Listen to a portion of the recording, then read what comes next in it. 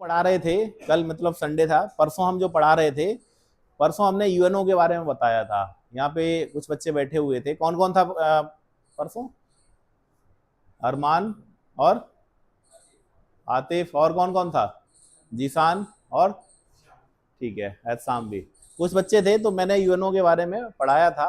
UNO बना कब, क्यों बना, कैसे बना, मैं सारी बात परसों बता दिया था। आज क्लास में अच्छी संख्या में बच्चे हैं, तो मैं फिर थोड़ा सा रिपीट कर देता हूँ कि यूएनओ बना क्यों और यूएनओ है क्या। यूएनओ की जो फुल फॉर्म है वो यूनाइटेड नेशंस ऑर्गेनाइजेशन है। यहाँ हिंदी मीडियम में है, इसलिए यहाँ पे नहीं लिखा है, लेकिन देखिए यहाँ पे संयुक्त राष्ट्र संघ। लेकिन यूएनओ पढ़ने से पहले अगर हम यूएनओ का बैकग्राउंड नहीं जानेंगे कि यूएनओ बना क्यों, संयुक्त राष्ट्र संघ बना क्यों, तब तक हम ये बिल्कुल भी नहीं समझ पाएंगे कि यूएनओ है क्या, इसका काम क्या है, उद्देश्य क्या है, इसका चार्टर क्या है, इसका हेडक्वार्टर कहाँ है, ये बिल्कुल भी अच्छी तरह से नहीं समझ पाएंगे। ठीक है, क्यों बनाया गया था। अगर हम थोड़ा सा इतिहास में जाएं तो आप देखेंगे सन 1914 में, सन 1914 में फर्स्ट वर्ल्ड वार शुरू हुआ था, और जो 1918-19 तक रहा था। होता क्या है, फर्स्ट वर्ल्ड वार में लाखों लोगों की जान गई थी, लाखों लोग मारे गए थे। अब भविष्य में कभी दूसरा युद्ध ना हो, ऐसा वर्ल्ड वार वाला विश्व युद्ध ना हो, इसके लिए एक संस्था बनाई गई थी इंटरनेशनल लेवल पे, अंतरराष्ट्रीय लेवल पर। उसका नाम था लीग ऑफ नेशन। क्या था? League of Nations. ठीक है, लीग ऑफ नेशन यानी राष्ट्रों का संघ, राष्ट्र संघ। ठीक है, ये संयुक्त राष्ट्र संघ है, वो राष्ट्र संघ है। कब बनाया गया था? सन 1920 में। 1919 में ही इसकी शुरुआत हो गई थी, बैठकें शुरू हो चुकी थी, लेकिन जो फाइनल जो इसकी स्थापना हुई जाके वो 10 जनवरी सन 1920 को हुई थी जाकर।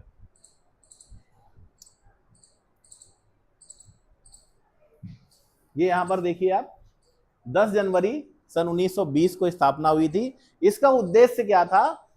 उद्देश्य ये था कि अब कभी अगर पूरे इंटरनेशनल लेवल पर, वर्ल्ड लेवल पर कोई देश दूसरे देश पर अटैक करता है, या एक देश का दूसरे देश से कोई मतभेद होता है, कोई भी मामला होता है, कुछ भी, तो उसको निपटाने के लिए, शांतिपूर्ण तरीके से निपटाने के लिए लीग ऑफ नेशन उसमें मीडिएटर बनेगा, मध्यस्थता करेगा, और उन देशों, दोनों देशों या तीन देश जो आपस में लड़ रहे होंगे उनको शांत करने की कोशिश करेगा, ताकि और देश उनमें ना उलझें और फिर से एक वर्ल्ड वार ना हो।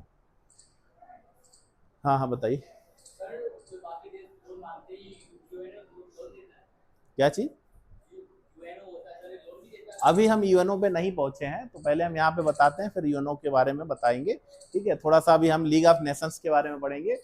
तो लीग ऑफ नेशंस का मुख्य उद्देश्य था विश्व में शांति व्यवस्था बनाए रखना। अगर कोई देश आपस में लड़ रहे हैं तो उनको शांतिपूर्ण तरीके से समझाना कि भाई मान जाइए, एक वर्ल्ड वार हो चुका है, दोबारा वर्ल्ड वार हुआ तो अब ज्यादा जान माल का नुकसान होगा।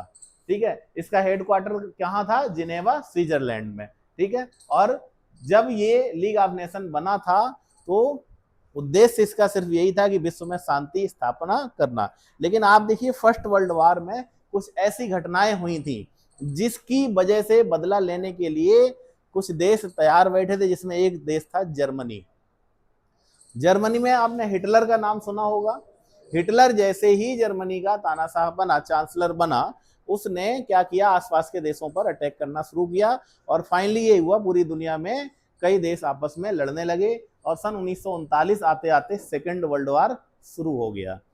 अब जब सेकेंड वर्ल्ड वार शुरू हो गया, यानी कह सकते हैं आप कि जो लीग ऑफ नेशन बना था वो क्या हुआ, वो अपने उद्देश्यों में सफल नहीं हुआ। इसका उद्देश्य क्या था? कि अगला कोई वर्ल्ड वार ना हो। लेकिन वर्ल्ड वार शुरू हो गया 1939 में। जब वर्ल्ड वार शुरू हो गया तो इसकी जरूरत खत्म हो गई।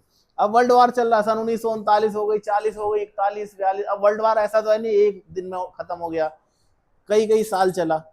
1945 में जब ये वर्ल्ड वार सेकंड खत्म होने पर आ रहा था धीरे धीरे, तो तभी एक दूसरी संस्था ने जन्म लिया कि एक अब ऐसी संस्था बनाई जाए कि जो भविष्य में कभी भी थर्ड वर्ल्ड वार ना होने दे। आपको पता है सेकेंड वर्ल्ड वार में एक जो महान घटना हुई थी, एक बहुत ऐसी घटना हुई थी जिस घटना की वजह से पूरी दुनिया में एक डर पैदा हो गया था, अब अगर थर्ड वर्ल्ड वार हो गया तो कोई भी जिंदा नहीं बचेगा। पता है क्या था वो?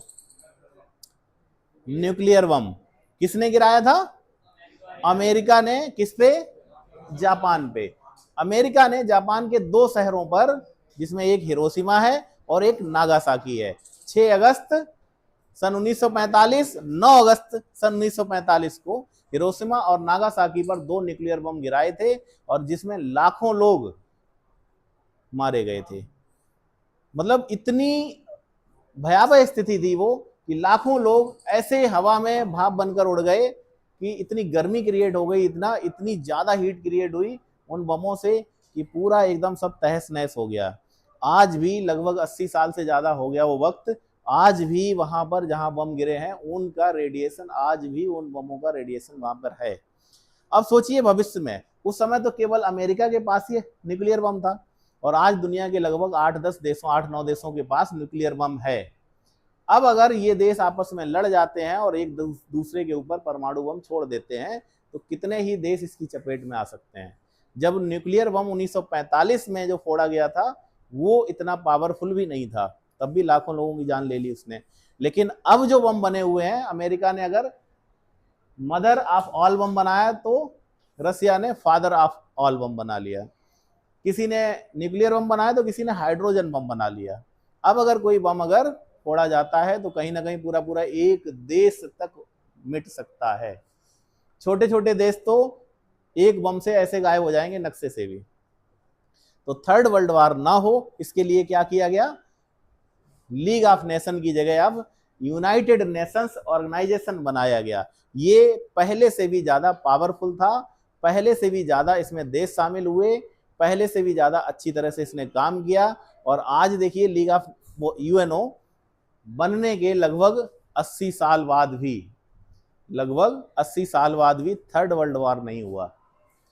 और वहां कहीं आप पिछले अगर इतिहास में देखेंगे तो 1914 से 1919 एक वर्ल्ड वॉर, फिर 1939 से दूसरा, 1945 तक सेकेंड वर्ल्ड वॉर। अब देखिए 20 साल के अंतराल में 2 वर्ल्ड वॉर हो गए और यहाँ अब थर्ड वर्ल्ड वॉर अब तक नहीं हुआ, जो शायद फ्यूचर में कभी इतनी जल्दी हो भी ना, क्योंकि अब ऐसा नहीं है। अब कई देश न्यूक्लियर वेपन से लैस हैं। अगर कहीं पर इस तरह का अगर युद्ध होता है, जैसे अभी रिसेंटली अभी यूक्रेन और रसिया का युद्ध चल रहा है, ठीक है, ईरान, इजराइल और अमेरिका, इन तीनों देशों का एक युद्ध चल रहा है। लेकिन युद्ध जरूर हो रहा है लेकिन इतना बड़े स्तर पर नहीं जितना फर्स्ट वर्ल्ड वार या सेकेंड वर्ल्ड वार हुआ। अभी 2-3 देश शामिल हैं, 2-3 देश शामिल हैं इसमें, पहले भी 2-3 ऐसे, तो ऐसे करके इनमें जैसे रूस और यूक्रेन चल रहे हैं, इधर ईरान का अब तो खैर शांति हो गई है, युद्ध विराम हो गया है। नहीं तो डर इस बात का था कि अगर ईरान के साथ रसिया आ जाए, चाइना आ जाए और अगर अमेरिका के साथ कुछ देश आ जाए तो फिर फर्स्ट वो थर्ड वर्ल्ड वार शुरू हो सकता है। लेकिन थर्ड वर्ल्ड वार शुरू होना अब इतना आम नहीं है, अब इतना आसान नहीं है। तो लीग ऑफ नेशन असफल हुआ, लीग ऑफ नेशन खत्म हो गया और लीग ऑफ नेशन ने फिर जैसे ही यूएनओ बन गया वैसे ही आप देखिए लीग ऑफ नेशन ने अपना काम बंद कर दिया सन 1946 में। फिर उसके बाद जब यूएनओ बन गया, यूएनओ अपना काम शुरू कर चुका था, तो लीग ऑफ नेशन ने काम करना बंद कर दिया। अब यहां पर देखिए जो यूएनओ के मेंबर हैं, यूएनओ के जो मेंबर हैं वो देखिए शुरुआत में जब इसकी स्थापना हुई थी तो 51 देश एक साथ आए, 51 देशों ने हस्ताक्षर किए। वो 26 जून 1945 को और फिर 15 अक्टूबर 1945 और फाइनल जो इसकी जो स्थापना हुई वो माना जाता है 24 अक्टूबर 1945। इसी दिन को यूएन डे भी मनाया जाता है। और यूएनओ का जो हेडक्वार्टर बनाया गया वो बनाया गया अमेरिका के न्यूयॉर्क में, एक आइलैंड है मैनहट्टन आइलैंड, वहां पर इसका हेडक्वार्टर रखा गया है। हर देश एक बड़ी सी बिल्डिंग बनी है, देखे होंगे आप, और हर देश के वहां पर झंडे लगे हुए हैं और साल भर में एक मीटिंग होती है वहां पर जनरल असेंबली की, तो हर देश से लोग जाते हैं वहां पे जो उनके राष्ट्राध्यक्ष होते हैं। अभी 1993 वो सर सॉरी, अभी इस समय 193 देश इसके मेंबर हैं और 2 देशों को यहाँ पर पर्यवेक्षक के रूप में भी बनाया गया, जिन्हें बाद में आगे शामिल करने के लिए बात रहेगी।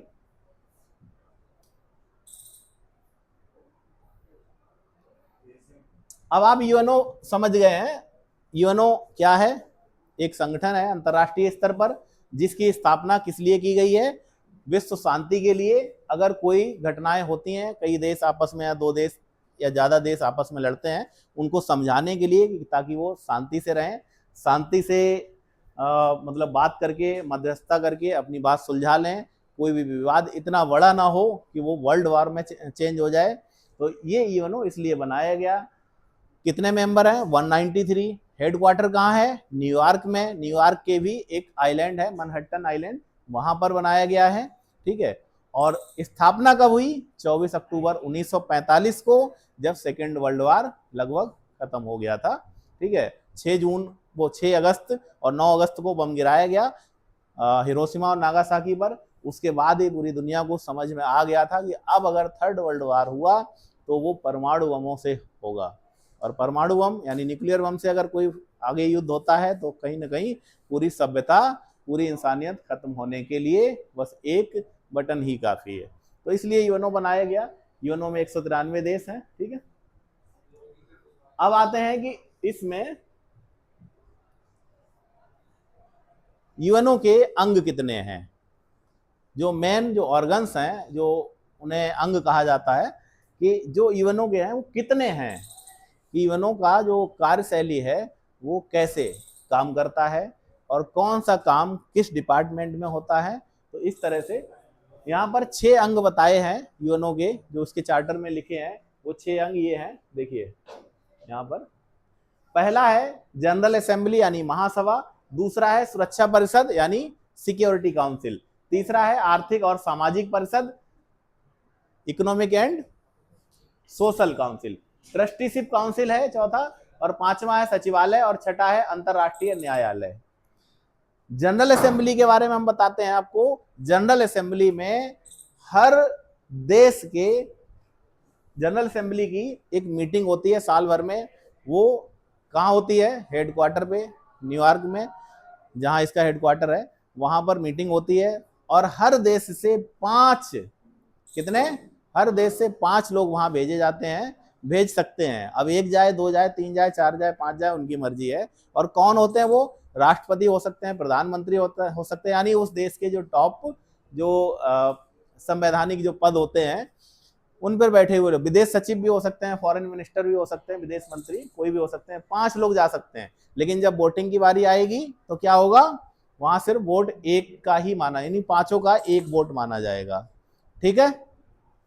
यही जनरल असेंबली क्या करती है? पूरे साल भर का बजट बनाती है यूएनओ का, कि कितने करोड़ डॉलर या कितने लाख डॉलर का बजट बनेगा, पूरे खर्चे, सब ऑफिशियल्स की सैलरी से लेके सारा बजट पूरा।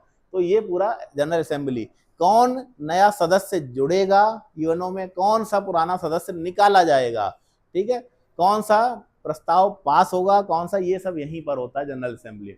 दूसरा होता है सुरक्षा परिषद यानी security council. Security council, security council UNO का सबसे महत्वपूर्ण अंग है। सबसे, ये सिक्योरिटी काउंसिल पर ही पूरे यूएनओ का, पूरे दुनिया की विश्व शांति इसी के ऊपर है। यानी सिक्योरिटी काउंसिल पूरी तरह से जिम्मेदार है, इसी की जिम्मेदारी है पूरी दुनिया में शांति बनाए रखना। ठीक है, पूरी दुनिया में शांति बनाए रखना सिक्योरिटी काउंसिल। अब सिक्योरिटी काउंसिल में मेंबर कितने होते हैं पता है आपको? यहाँ और डिटेल में आगे पढ़ाएंगे जब।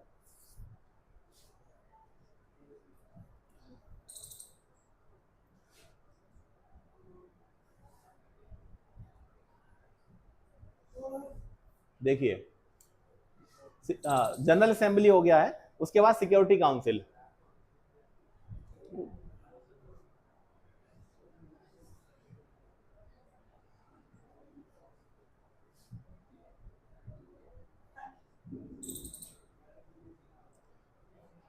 दूसरा है सिक्योरिटी काउंसिल। सिक्योरिटी काउंसिल में सुन लीजिए, सिक्योरिटी काउंसिल में 15 मेंबर होते हैं। कितने होते हैं? 15 मेंबर, 15, जिसमें से 5 मेंबर परमानेंट हैं और 10 टेम्परेरी हैं, यानी अस्थाई। 5 स्थाई हैं और 10 अस्थाई हैं। 5 जो स्थाई सदस्य हैं वो कौन से पता है? कौन से हैं? एक तो जो दुनिया की सुपर पावर माना जाता है, अमेरिका। दूसरा चाइना। तीसरा रसिया। चौथा इंग्लैंड। पांचवा फ्रांस। ये 5 देश बड़े मजबूत देश माने जाते हैं। हालांकि अब इंडिया भी एक मजबूत देश है, इजराइल भी एक मजबूत देश है, और भी कुछ नए देश निकल के आए हैं जो थोड़े से पावरफुल हैं, लेकिन ये 5 ही हैं जो परमानेंट मेंबर हैं, और 10 ये नॉन परमानेंट हैं, टेम्परेरी, यानी ये हर 2 साल के लिए, कितने साल के लिए? 2 साल के लिए चुने जाते हैं, और जैसे ही 2 साल पूरे हो जाते हैं वैसे ही इनको हटा दिया जाता है, फिर नई ओर से इलेक्शन होता है। और इंडिया अब तक लगभग 8 बार, 7 से 8 बार अस्थाई सदस्य रह चुका है। हर 2-2 साल के लिए इंडिया अब तक इतने बार रह चुका है। इंडिया की मांग है कि हमें यहाँ पर भी बैठाओ। अब क्यों बैठाओ? क्योंकि इन 5 मेंबर्स के पास एक है वीटो पावर। वीटो पावर पता क्या है? किसी भी चीज को मना करने की, निषेधाधिकार। अगर कोई प्रपोजल यूएनओ में लाया गया, जनरल असेंबली ने पास भी कर दिया, अब सिक्योरिटी काउंसिल में जब उस पर वोटिंग होती है तो क्या करते हैं, ये 5 सदस्य में से अगर एक सदस्य भी मना कर दे कि हम ये वाले प्रपोजल के फेवर में नहीं हैं, तो वो प्रपोजल गिर जाएगा। बस वही वीटो पावर है उनकी। कभी कभी पाकिस्तान हमारे खिलाफ जब कोई हरकत करता है तब इंडिया यूएनओ में प्रपोजल रखती है कि भाई इनकी हरकतों पर लगाम लगाई जाए या इन्हें एक आतंकवादी देश घोषित किया जाए। लेकिन वहां क्या होता है, इन 5 देशों में से जो पाकिस्तान का फेवर करता है वही मना कर देता है। चाइना भी है, अमेरिका भी है, तो पाकिस्तान के दोनों मित्र हैं, वही उसके पाकिस्तान के फेवर में वोटिंग कर देता है, बस वहीं से ये प्रपोजल गिर जाता है। अस्थाई सदस्यों की बहुत ज्यादा पावर होती नहीं है। जब कभी कोई वोटिंग होती है तो किस तरह होती है? 5 मेंबर परमानेंट, और इनमें से 10 में से क्या होगा? केवल 4 मेंबर, यानी 9, टोटल 9 मेंबर अगर किसी भी प्रपोजल के हाँ में वोट डाल दें तो वो प्रपोजल पास हो जाता है। यानी 5 में से पूरे 5 हो और 10 में से 4, तो 10 में से 4 तो आ जाते हैं, 10 में से 4 वोट तो आ जाते हैं, लेकिन 5 में से पूरे 5 वोट एक फेवर में आए ये पॉसिबल नहीं है। क्योंकि अमेरिका, चाइना, रसिया, कई बार ये देश एक दूसरे के साथ ऐसे मतभेद रखते हैं कि अगर इनके कोई भी इनके इंटरेस्ट का मामला नहीं हुआ तो उस पर ये मना कर देते हैं, वॉकआउट कर जाते हैं, वोटिंग ही नहीं करते हैं, या फिर वोटिंग करेंगे तो फेवर में नहीं करेंगे, अगेंस्ट करेंगे। तो ये है सिक्योरिटी काउंसिल।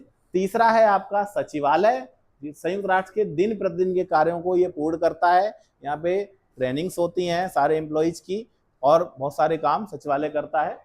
तीसरा है सामाजिक और चौथा है सामाजिक और आर्थिक परिषद। इसमें क्या होता है? इसमें महासभा द्वारा 3 वर्ष की अवधि के लिए निर्वाचित 54 सदस्य होते हैं, और यह सतत विकास पर बहस एवं अभिनव सोच के लिए संयुक्त राष्ट्र का केंद्रीय मंच है। ये सामाजिक और आर्थिक मदद के लिए बनाया गया एक अंग है। इसके बाद आता है एक और है, इसके बाद एक और आता है अंतरराष्ट्रीय न्यायालय। ठीक है, ये इंटरनेशनल कोर्ट ऑफ जस्टिस है। इसका जो हेड क्वार्टर है वो नीदरलैंड में है, द हेग में। ठीक है, इसमें टोटल 15 जज होते हैं। कितने जज होते हैं? 15 जज होते हैं। और ये सन 1920 में इसकी स्थापना की गई थी। कब की गई थी? अब यूएनओ तो बना 1945 में, लेकिन इसकी स्थापना कब की गई थी? कब? जब लीग ऑफ नेशन बना था। लीग ऑफ नेशन के साथ ही 1920 में इंटरनेशनल कोर्ट ऑफ जस्टिस भी बना था। अब देखिए, लीग ऑफ नेशन तो खत्म हो गया, लेकिन इंटरनेशनल कोर्ट ऑफ जस्टिस यानी अंतरराष्ट्रीय न्यायालय ये काम करता रहा। इसको बाद में यूएनओ ने अडॉप्ट कर लिया। यूएनओ ने कहा आप हमारे साथ काम करेंगे। यूएनओ के साथ काम करने लगा। कितने जज होते हैं इसमें? 15। कितने होते हैं? 15। और एक जज जब नियुक्त किया जाता है तो वो कितने साल तक रहता है वहां पर अपने कार्यकाल? कितना टेन्योर होता है पता है? 9 साल तक। कितने? 9 ईयर तक, 9 साल तक रहता है। ठीक है, कितने? 9 साल तक। और जब कभी वोटिंग होती है, जब लार्जर बेंच यानी सारे जज मिलकर कोई मामला सुनते हैं तो क्या होता है, 15 में से कितने जज एक तरफ वोटिंग करें, हाँ हाँ में वोटिंग करें, तब वो फैसला लागू होगा, है लगभग इतने ही, 9। एक देश से नहीं, एक देश से एट ए टाइम एक जज से ज्यादा जज नहीं हो सकते हैं, ठीक है, मतलब एक बार में एक देश से एक से ज्यादा जज नहीं हो सकते हैं। इंडिया से अब तक लगभग 4 जज यहाँ पर, दलवीर भंडारी, नागेंद्र और ऐसे 3-4 नाम हैं जो यहाँ पर जज बन चुके हैं 9-9 साल के लिए, ठीक है। और एक चीज और बताते हैं, जब कभी कोई ऐसा मुद्दा चल रहा हो, जैसे इंडिया का जज है और इंडिया का ही मैटर वहां चल रहा हो, तो वो जज वहां पर नहीं बैठेगा, वो जज मुकदमा नहीं सुनेगा। क्यों नहीं सुनेगा? क्योंकि वो इंडिया का फेवर कर सकता है, इसलिए उस पर एक रेस्ट्रिक्शंस लगा दिया जाता है कि जब तुम्हारे देश का मैटर चल रहा होगा तो तुम उसमें मामला सुनवाई नहीं करोगे। यानी ये तो वो वाली बात हो गई कि अगर पंच हमारे घर का आदमी है, सरपंच अगर हमारे घर का आदमी है, तो क्या होगा कि हो सकता है वो फैसला हमारे फेवर में सुना दे, तो इससे जो है ना पक्षपात हो सकता है, भेदभाव हो सकता है, इसलिए उस जज को मना कर दिया जाता है कि तुम ये मुकदमा नहीं सुनोगे, ठीक है। और यही वो कोर्ट है जिसने सद्दाम हुसैन को फांसी की सजा सुनाई थी।